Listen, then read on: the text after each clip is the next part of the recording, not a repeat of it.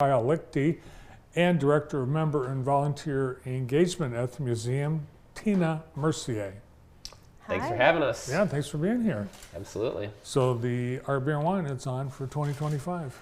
Yeah, we're stoked. This is a big year 20 overall. Year 20. Yeah, it's pretty wild. Wow. So yeah, it's we're trying to keep, like last year we really put the focus on just creating a great event, high quality, introduced a few new things, but wanted to provide a complete experience for the guests. So we're sticking with a lot of the things that worked last year, such as, added a few stages, we're adding roaming performers, connecting, every corner of the grounds with entertainment, introducing a few new things this year. But yeah, last year was fun, last year worked, and we're looking to basically replicate and grow. So we're super excited for it to get here. Cool. And we, for some reason, have had beautiful weather practically every hour of every year of the festival. Yeah, and hopefully again this year. Absolutely. Knock on wood. So every year people wonder what's different. You mentioned there's some, more of some of what we loved, but any changes to the festival? All right, so there's two very exciting ones. Buckle up for the second. So for the first one of the things that we actually, I think we did better last year than the previous 18 years was getting people into that place.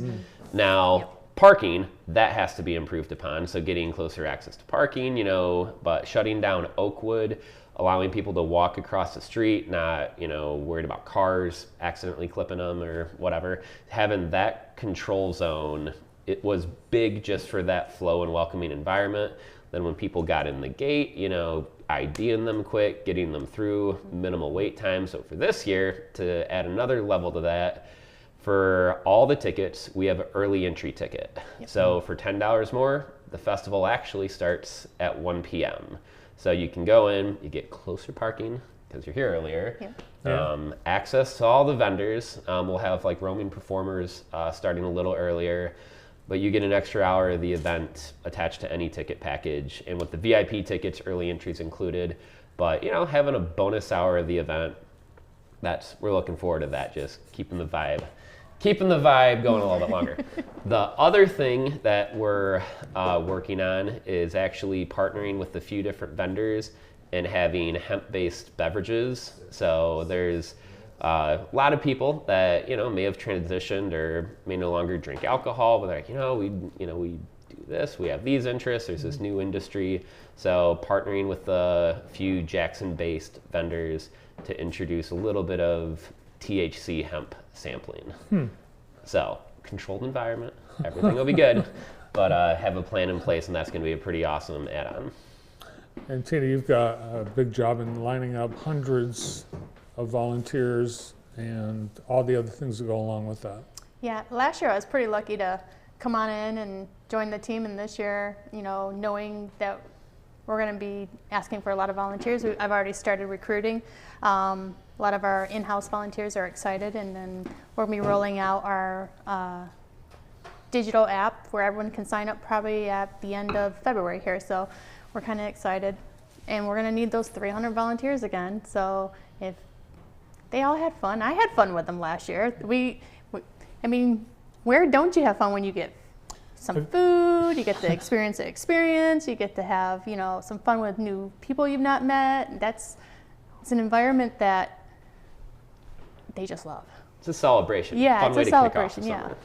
Well, you pretty much get to go to the event for free, being a volunteer. Yeah, you do. And then you get some perks on top of that. You get a cool volunteer shirt. You get to have the volunteer after party. You get a free membership through Ella Sharp Museum, which also includes other memberships in other museums. So I'm curious if you've been able to grow the membership from having the Art Beer and Wine Festival. We did. That this year with offering that free membership, not only did we grow the membership, we also grew our foot traffic throughout the museum because the word spread. So sponsors are a big part of this event too. Do you have the same sponsor sponsor list? So the sponsors this year, we're currently reaching out to them. We're wanting to get all of our sponsors locked in, probably I'd say the mid of March for us. Even, you know, we started a little later this year planning, but we did that ideally with the staff that we have, kind of getting everyone ready to go to be able to reach out this year. If you're looking to be a sponsor or if you're wanting to be a sponsor, just reach out to us. We are reaching out our current ones, and we're signing them up not only for just 1 year. If they're interested to sign up for 2 years, they can and lock in that price. So that's kind of a new thing that we're implementing this year. So yeah, And we're cool, kind of excited. yeah, cool thing with sponsors too is all sponsorships come with, you know, a couple complimentary tickets, and for different levels, they get discount codes to share with their community.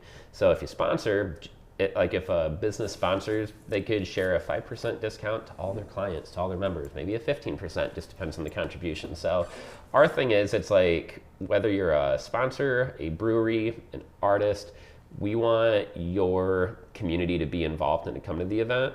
So have a lot of cool benefits, discounts, and incentives really for anyone who supports, which is kind of cool. You map how far people come for this event?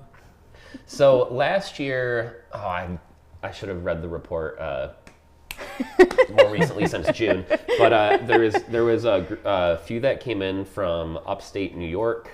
They said they go to this event every year, add it to their summer trip to the base their trip to the Great Lakes around that.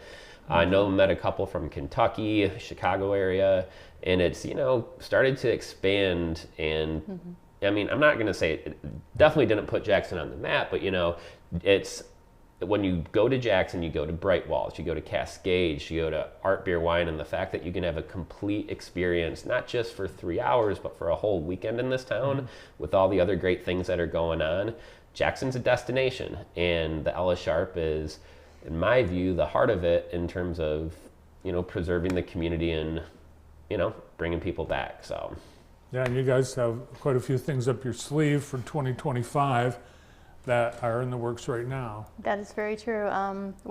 Paula Crow, our marketing communications lead, she is definitely going to be revamping how we've done things in the past, and we're kind of excited to bring some of those new things out. I don't want to give it all away, but it's coming. Yeah, well, there's some hints. If you visit the Ella Sharp Museum website, you'll get clued in on some of what is ahead for this year. In the meantime, get that date on your calendar, June 7th, 2 till 7 p.m. or 1 till 7 p.m. if you get the early bird ticket absolutely. or the VIP pass. Yep. And you know, the VIP is $110, and if you're a member, it's $90. So it's kind of a sweet thing to offer to our members. Well, you guys have done a great job with this event. It is, as you say, attracting people from all over, and with good reason. Let's hope for Good weather. even better weather this year. and, Absolutely. yeah, for the 20th year. It sounds like it's going to be great. It's going to be a good time. I was looking forward to it. And, you know, for the community, we've branded this for years. I mean, it's the perfect way to start your summer. Kids end school on Friday. Mom and Dad get to have fun Saturday.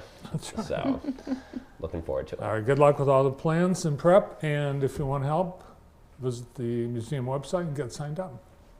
Thank you, Kyle Lichty and Tina Mercier. Thanks for having us. Thanks for You having us. bet. Well, it's winter.